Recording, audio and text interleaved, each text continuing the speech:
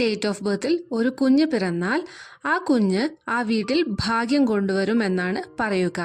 അതുപോലെ തന്നെ ഇവർ ലൈഫ് പാർട്ട്ണർ ആയിട്ടുള്ളവർക്കും ഭാഗ്യം ലഭിക്കും.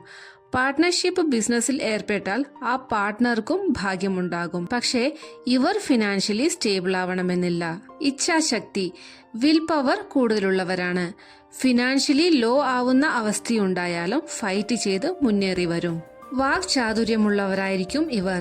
സംസാരിച്ച് ആരെയും കയ്യിലെടുക്കാൻ മിടുക്കരാണ്. ഉത്തരവാദിത്വമുള്ളവരായിരിക്കും.